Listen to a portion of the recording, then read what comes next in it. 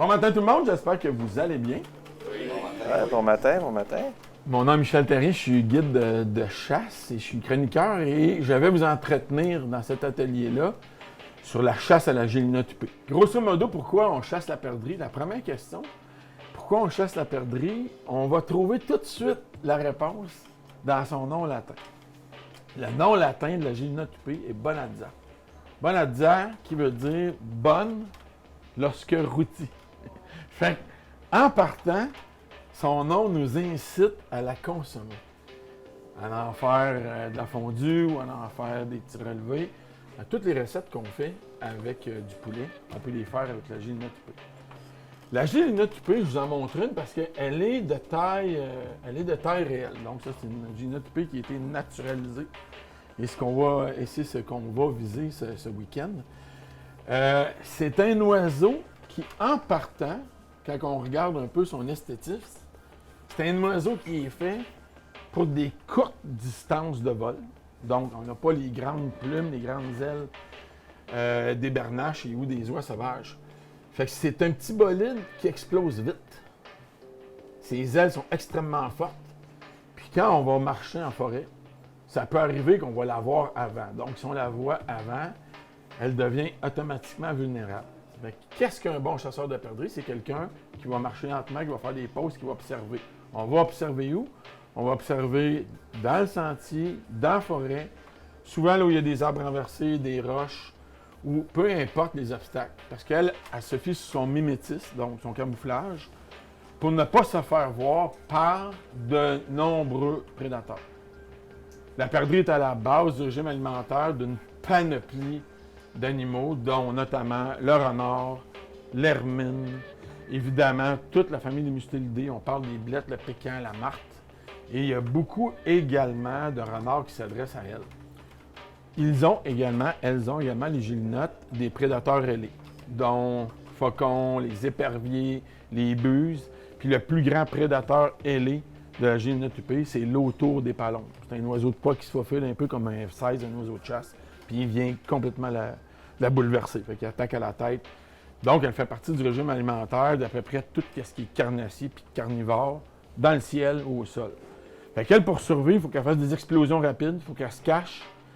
Puis en général, elle ne va pas faire exprès pour s'exposer dans un endroit ouvert. Fait qu'aujourd'hui, on va la chasser dans des jeunes forêts avec des renversés, des endroits où il y a eu des perturbations. On ne va pas aller où il y a eu des coupes de bois très récentes. On ne va pas aller non plus dans la vieille forêt. On va aller dans une mosaïque de diversité d'habitats. Pourquoi qu'on va dans une mosaïque de diversité d'habitats? Parce que la gélinote huppée se nourrit d'une panoplie de fleurs, de plantes, de fougères, de glands. Elle va manger également des champignons. Et à peu près tout le feuillage, regarde, on voit des champignons ici, Maury, du trèfle, des formes aussi d'herbacées. Fait qu'on doit sa survie à son potentiel d'adaptation, qui est un potentiel d'adaptation qui est lié à son alimentation. Fait qu'on a la chance d'avoir un agronome avec nous autres, un spécialiste aussi de tout ce qui concerne le système alimentaire, des animaux, des cervidés, des oiseaux ailés. Joël, tu peux-tu nous entretenir un peu de comment la perdrix s'alimente? Surtout les spécificités qui sont propres à elle. Fait que comme plusieurs oiseaux, la perdrix, puis Michel l'a démontré avec le livre, va s'alimenter de pratiquement tout ce qu'on retrouve en forêt.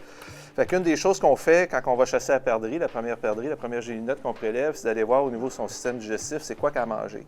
Parce que la première des choses, ça nous donne une indication à ce moment ici de l'année précisément, c'est quoi qu'elle recherche. Parce que dans le fond, elle mange une multitude de plantes, de fleurs, de graines, mais en fait, c'est qu'elle s'adapte au fur et à mesure de la saison avance, que les saisons avancent, la température se modifie, l'environnement se modifie, puis son alimentation va suivre ça.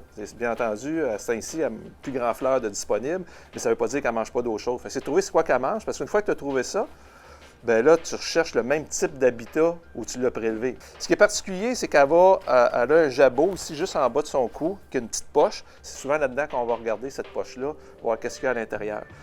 Si on a la chance d'en prélever aujourd'hui, c'est ce qu'on va faire. On va ouvrir le jabot, on va aller voir dedans qu'est-ce qu'il y a comme aliment. Mais on va voir dans le jabot qu'il va y avoir des graines. Parce qu'à ce temps-ci de l'année, les graminées ont fait leurs graines. C'est une méthode de reproduction des plantes. Fait qu'on a des semences qui sont là, puis elles consomment ça. Comme tout oiseau, il n'y a pas de dents dans le bec. Fait que comment elle fait pour broyer des graines? Parce que c'est ça, ou les feuilles, il faut qu'elle les broie pour les digérer. Pour que ça arrive au niveau du système digestif, des intestins, c'est pas là que le broiement se fait. Fait que ce qui est particulier et qui est intéressant, puis lorsqu'on fera l'éviscération, Michel, en fin de journée, on pourra en ouvrir un. Il y a un organe à l'intérieur du système digestif qui s'appelle le gésier. Quand on le regarde de l'extérieur, c'est comme une petite boule de muscle. Tout l'extérieur, c'est du muscle. C'est rouge foncé, mais c'est juste du muscle. Très, très, très dense. C'est un muscle, c'est dur de même. Quand tu le rouvres, à l'intérieur, tu retrouves une membrane, une peau à l'intérieur, tout ondulée. Puis, à l'intérieur du gésier, qu'est-ce qu'on trouve? On trouve des roches. Puis hier, je parlais avec des gens, puis j'ai dit, la perdrix, elle mange des roches. Puis j'ai pas eu de réaction. Je me dis, il va te donner une réaction. Mais elle mange littéralement des roches. Et d'ailleurs, pourquoi que beaucoup de chasseurs passent beaucoup de temps dans les chemins, et entre autres, ça chasse en camion, malheureusement, des fois, ou heureusement, mais on fait beaucoup de routes. Il y en a qui vont faire bien de la route pour le faire. C'est que la perdrix, la gélinote, elle va dans les chemins, puis elle va se nourrir de roches. En fait, elle va consommer des roches, mais elle ne se nourrit pas des roches. C'est que les roches s'en vont dans le gésier. Des petites pierres. Oui, exact. C'est pas la grenaille. C'est pas la roche à Obélix, là. Non, c'est pas la roche. Mais c'est toutes des petites pierres qui vont rentrer dans le gésier, puis ce muscle-là, avec la roche, vient compresser, puis les roches servent à détruire les membranes des semences, des graines. Fait que l'enveloppe qui est non digestible, pour rendre l'amidon qui est à l'intérieur digestible pour l'oiseau, les petites roches à l'intérieur du gésier vont servir d'abrasif. Puis là, bien, le muscle qui compresse ces roches-là, une ces autres, ces graines vont venir défaire l'enveloppe. Puis une fois que ça sort du gésier, ça s'en va du système digestif. Là, l'amidon des grains est exposé ou les feuilles vont avoir été défaites. Fait que d'ailleurs, dans la revue, s'il y en a, Michel, tu montrais ce matin, on voit très bien des plantes qui ont été consommées, mais dans quel état on les retrouve. C'est souvent après le gésier qu'on retrouve ça. Ils auront toutes été défaites. Fait que ça, c'est vraiment de quoi qui est particulier et intéressant. Puis en suivant le mode d'alimentation, c'est comme ça qu'on apprend un peu plus sur l'animal, comment le prélever, où aller le chercher. Puis c'est vrai, Michel le dit, c'est vrai pour la gélinote, mais dans le fond, tout gibier que tu traques, l'alimentation, c'est au cœur, c'est la priorité de l'animal. Fait que de comprendre ce qu'il mange, comment il fonctionne, t'aide à développer tes stratégies de chasse. Il y a plusieurs période de vie cruciale dans la vie de la gélinote, notamment la période printanière. J'ai participé avec le ministère et des biologistes à la capture de perdrix, à laquelle on munissait comme un petit sac à dos avec une antenne en arrière, puis on était capable de suivre les sites de pondaison, là où les femelles couvaient leurs œufs. Et puis avec le chercheur Blanchette de l'Université Laval, on allait revoir toutes ces perdrix-là pour voir si ça fonctionnait bien ou si des prédateurs allaient dévaster les œufs et où, finalement, s'accaparer des bébés ou les perdreaux. Fait que la période printanière est très importante pour eux autres parce que c'est là que la recrudescence, les 6 perdreaux vont passer au travers ou non. Fait que là, il y a un taux de mortalité qui est très élevé. Très, très élevé. En partant, si la gélinote dépose des œufs à un endroit où, exemple, il va y avoir de la pluie, puis la pluie va rentrer en contact avec les œufs, bien là, les œufs ne vont pas éclore. Déjà, en partant, c'est une couvée qui ne va pas vivre. Cet oiseau-là, moi, qu'est-ce qui me fascine le plus? C'est leur espèce de jeu de théâtre. La faune est vraiment exceptionnelle. T'sais. Quand tu la regardes de main, tu ne peux pas penser qu'elle fait ça. Mais les gélinotes, c'est des actrices. Le premier rôle d'actrice qu'elle joue, c'est qu'à partir du moment où il y a un renard qui va s'approcher du nid, la stratégie de la femelle, et même nous autres, les humains, la stratégie de la femelle, c'est de nous faire croire qu'elle est blessée. Et ça, j'ai été témoin de ça à des centaines de reprises. Ce qu'elle va faire, c'est qu'elle va laisser pendre son aile comme ça vers le sol, puis elle va marcher comme en boitant. C'est incroyable. C'est une pièce de théâtre magistrale. Puis ce qu'elle envoie comme message au renard ou à ton laveur, peu importe le prédateur, c'est « attaque-moi, moi ». Fait que là, elle crée une diversion. Fait que le renard, au lieu d'aller vers les œufs, il suit la perdrix, puis là, il dit « ah, proie facile, elle est blessée ». Puis à la dernière minute, elle s'envole. Fait que là, le renard, il reste berné au sol, puis il fait « mais ça va voir », tu sais. Et ça, en agissant ici, il sauvegarde plein de poussins, puis il sauvegarde plein de bébés. Fait que ça, ce théâtre-là est magistral. Et c'est beau à voir. Donc, on voit que c'est de l'instinct de survie. Le deuxième comportement qui est très théâtral, c'est les mâles. Les mâles, eux autres, font la cour aux femelles où ils vont marquer un peu leur territoire. Fait qu'ils vont monter sur des promontoires. Et là, qu'est-ce qu'ils vont faire? Ils vont tambouriner. Ça se peut qu'en fin de semaine, on l'entende tambouriner. Ils vont frapper les ailes comme ça. Ils ne touchent même pas la poitrine avec leurs ailes. C'est un mouvement d'aile bien rapide. Ils s'arquent vers le ciel. Puis là, ils vont faire des mouvements d'ailes très rapides. Et ces ailes-là, la musculature de ça, c'est extrêmement bien fait. Fait que là, on va entendre en forêt au loin, pou, pou, pou, Puis à la fin, ils arrêtent parce que sinon, ils s'envoleraient. Fait qu'ils déploient leur queue arrière dans un aérodynamisme parfait. Puis là, ils ne veulent pas s'envoler. Fait que ça, c'est un signe qui attire des femelles, c'est un signe qui marque le territoire. Puis c'est une façon de faire que c'est seulement les génotes qui agissent ainsi. Fait que c'est une technique de chasse que de marcher puis de les écouter. Puis en général, ils vont t'embourriner à peu près à toutes les 4 à 8 minutes. Fait que là, tu vas la traquer. Puis en général, elle va finir dans le sac à dos. T'sais. Qu'est-ce qui va vous arriver en fin de semaine? C'est que, fort possiblement, qu'une perdrix qu'on ne va pas voir, parce que là, on est en début de saison, parce qu'il y a un gros couvert de feuilles. C'est un peu un handicap qu'on commence. Cependant, à cette période-ci de l'année, ils sont souvent couvés. Fait que c'est des petits regroupements de perdrix de l'été qui sont restés ensemble. Fait que si on en voit une, pensez tout de suite qu'il peut y en avoir une deuxième. Puis pas parce qu'il y en a une ou deux au sol qu'il n'y en a pas deux dans l'arbre. Fait qu'il faut regarder au sol, il faut regarder dans les arbres. Fait que quand on a fini une scène où il y avait des perdrix, on s'assure qu'on a libéré la place, qu'on a vraiment fait le tour de ce qu'il y avait comme possibilité. Mais une chose qui risque de vous arriver, c'est que maintenant, on va marcher peut-être un peu plus nonchalamment, puis là, il y a une perdrix qui va partir. Puis ça va faire... Ça fait du bruit, là. Des fois, l'hiver, on est en raquette. Tu fais le saut. Plus qu'il est proche, plus tu fais le saut. Quand il est loin, tu fais moins le saut, mais des fois, elle va s'envoler d'ici à tes souliers. Fait que là, c'est sûr que tu fais le saut. L'hiver, tu peux marcher en raquette. Puis des fois, l'hiver, pour conserver leur énergie, ils sont en dessous de la neige. Puis là, ils vont exploser dans le dessous de la neige. Fait que là, c'est sûr que quand t'es pas prêt à ça, ça se peut que tu aies ton fusil dans les mains puis que tu fasses « j'ai pas tant eu le temps », tu sais. Fait que ça fait partie de son mécanisme de surprendre les humains, les renards, les prédateurs, puis la perdrix, c'est comme ça qu'elle s'en sort. Fait que grosso modo, c'est un gibier qui est fun à chasser parce qu'il est furtif, puis on m'a souvent demandé de faire la démarche de la perdrix, tu sais. C'est particulièrement bon. Oui, la perdrix, souvent, soit qu'on va la voir immobile, soit qu'on va la voir puis elle va se déplacer. Puis souvent, quand elle se déplace, quand elle marche, elle va marcher comme ça. Elle s'en va comme ça, avec la tête comme ça, puis elle avance comme ça, puis la tête, elle fait ça de même.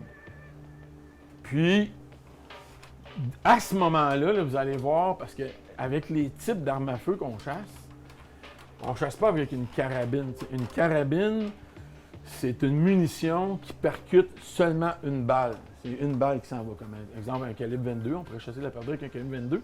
Il y a juste une balle. Il ne faut pas tant que tu manques ton coup. Mais c'est pas que ça qu'on chasse. On chasse avec des fusils. Puis le fusil, qu'est-ce qu'il y a d'intéressant? C'est qu'il projette un ensemble de gerbes de plomb. Alors, on n'est pas obligé d'attendre une cible parfaite. Ici, il y a un percuteur. Le fusil, il s'en vient avec un marteau percuter l'amorce. Ça s'appelle l'amorce. Et là, à l'intérieur de ça, vous l'entendez, il y a plein de plomb. C'est plein de petits plombs. Fait que la gerbe de plomb à part, puis elle s'en va vers la perdrix. Et avec vos équipes de guides, on va vous demander une chose. On va vous demander une affaire. On a parlé de photos, puis on a parlé au début de ma présentation qu'elle était bonne à manger. Mais là, il y a une gerbe de plomb qui part. On va vous demander de viser la tête de la perdrix. T'sais. Parce que si la gerbe de plomb, elle arrive sur la tête ici, parce que la gerbe, elle va se disperser. Fait que même si tu n'es pas d'une précision chirurgicale, il y a 4-5 plombs ou 6-7 plombs qui vont prendre la tête, puis elle va décéder. T'sais. Puis on aime ça quand vous mirez la tête, parce qu'après, nous autres, on l'arrange. Puis qu'est-ce qu'on mange dans la perdrix? C'est sa poitrine ici. On va la manger pareil s'il y a un peu de plomb. Mais quand les plombs sont juste logés à bonne place, bien là, on a une belle chair, tu sais, qui est impeccable. Parce que malheureusement, des fois, la gerbe de plomb poigne la poitrine, puis c'est déjà arrivé, ça arrive où finalement, tu as récolté une perdrix, mais tu n'as pas la chance d'y goûter. Là. Il y a des pertes. Fait que c'est un oiseau le fun, on va vous en montrer. Puis comme je vous dis, je fais la marche de la perdrix pas juste pour faire du théâtre. Je fais la marche de la perdrix parce que ça se peut que je vous dise, ou que les guides vous disent « OK, tu peux tirer. » Même si elle marche tranquillement. Parce qu'avec le fusil, tu enlignes ça, vous avez à la tête, puis on va vous montrer comment tirer. Puis d'après moi, ça va bien aller. T'sais. Michel, un élément, je voulais ajouter sur la chasse. Son premier, souvent, méthode de défense, surtout à ce temps-ci de l'année, c'est de rester immobile. Comme Michel a dit, là, je vais arriver au pied, là, puis elle va décoller. C'est parce que sa première méthode de défense, c'est moi, je bouge pas. Là, surtout qu'il y a de la feuille à plein, c'est moi, je bouge pas. J'attends, ils vont passer droit, tout va bien aller. Le deuxième mécanisme, c'est qu'elle va partir à courir. Parce que là, en vol, quand c'est les ailes puis c'est explosif, ça dépense d'énergie. Il faut toujours penser qu'un animal en forêt, conservation d'énergie. Fait que l'envol, là, c'est vraiment comme, là, il faut que je décolle, il faut que je parte. Fait que ça va être la beauté. D'ailleurs, on va en parler plus longuement à un autre moment des chiens, mais aujourd'hui, dans la fin de semaine, l'avantage peut-être d'un chien, même s'il n'est pas parfait, c'est qu'il va forcer la gélinote à ne pas rester immobile, puis à peut-être pas juste courir en dessous des feuilles qu'on ne la voit pas, il va forcer à la faire sortir pour aller se percher, pour qu'on ait une chance de tirer sur un oiseau perché. Fait une de ces dernières stratégies aussi qui fonctionne bien, c'est qu'à chaque nuit, la gélinotypée, la perdrix dort aux arbres. Fait qu'à la pénombre, là, souvent, les dernières demi-heures de chasse, les dernières 45 minutes de chasse, très efficace. Surtout la période hivernale, parce que là, les arbres sont dépourvus de feuilles. À ce moment-là de l'année, ils mangent quasiment juste des bourgeons, parce que là, il y a quasiment plus de feuilles. Fait qu'ils vont aller manger des bourgeons, exemple de bouleau jaune. Puis là, la chasse hivernale est quand même efficace, parce que la perdrix, on peut la chasser durant la période des fêtes. C'est une chasse qui s'échelonne sur une longue période de temps. Il y a plusieurs pourvoiries qui offrent des beaux forfaits là-dedans, avec des combinaisons de d'autres activités. Vous pouvez chasser la perdrix, exemple, en ski de fond ou en raquette, et découvrir des nouveaux endroits. Il y a plusieurs régions du Québec qui sont très favorables à ce type de chasse-là. Mais sachez qu'à chaque nuit, la perdrix va aller dans des bosquets, dans des arbres. Elle va passer la nuit là. Parce que si elle resterait au sol, là, elle serait exposée à tous les prédateurs nocturnes. Il y en a quand même des prédateurs arboricoles, comme la martre et le pécan, mais ils sont moins exposés. Et le lendemain matin, dès la barre du jour, ils redescendent. Puis là, ils vont manger au sol. C'est comme ça qu'ils font leur vie. Il y a deux moments où elle ne perchera pas, puis Michel l'a mentionné tantôt, le moment de la nidification. Exact. Là, elle va couver, elle doit couver pour augmenter la température des œufs, pour amener à l'éclosion. Et c'est là qu'elle devient très vulnérable. Ceux qui m'ont entendu parler de mon histoire de pécan matin, vous allez le voir. Mais c'est justement ça. Là, elle doit rester au sol à couver ses oiseaux. Là, elle est vulnérable à la noirceur. Ce n'est pas son environnement. Le deuxième moment, Michel y a fait référence tantôt, c'est l'hiver. Quand il fait très, très froid, pour se protéger du froid, puis qu'on a une belle épaisseur de neige molle, elle va plonger littéralement, en plonger dans la neige pour aller se cacher dans la neige. La neige devient un isolant à ce moment-là, fait qu'elle va rester là. Fait que puis là, il n'y a plus d'odeur, il n'y a plus rien quand elle est dans la neige. Puis elle va vraiment s'enterrer. Puis ça, quand vous faites de la raquette, du ski de fond, vous allez des fois voir un trou. Il y a un trou, puis là, si tu regardes dans le trou, tu vas voir des excréments dans le fond du trou. Ça, c'est une perdrix qui était là. Le risque qu'elle a, comme quand elle est au sol pour ses prédateurs, c'est que si jamais durant la nuit, il y a un verglas qui tombe, là, il y a une couche de glace qui se fait sur la neige, puis là, ils vont mourir asphyxiés sous la neige. Ils essayent de ressortir, puis c'est une petite prison. C'est des animaux qui sont exposés à beaucoup de facteurs de risque, beaucoup de prédateurs, beaucoup d'enjeux, comme on vient de le mentionner. Mais ça reste un gibier de chasse qui est abondant au Québec. C'est un gibier de chasse qui fait partie de toute l'histoire, les traditions, la culture québécoise, de génération en génération. La plupart des grands chasseurs de grands gibiers qui ont tous commencé avec une carabine à plomb, une petite 22, un petit fusil légué du grand-père. Et nous autres, aujourd'hui, ça nous fait plaisir, avec Chasse Québec, la Fédération des pourvoiries du Québec, de vous introduire dans l'univers de la gélinotypée. Bonne chasse tout le monde!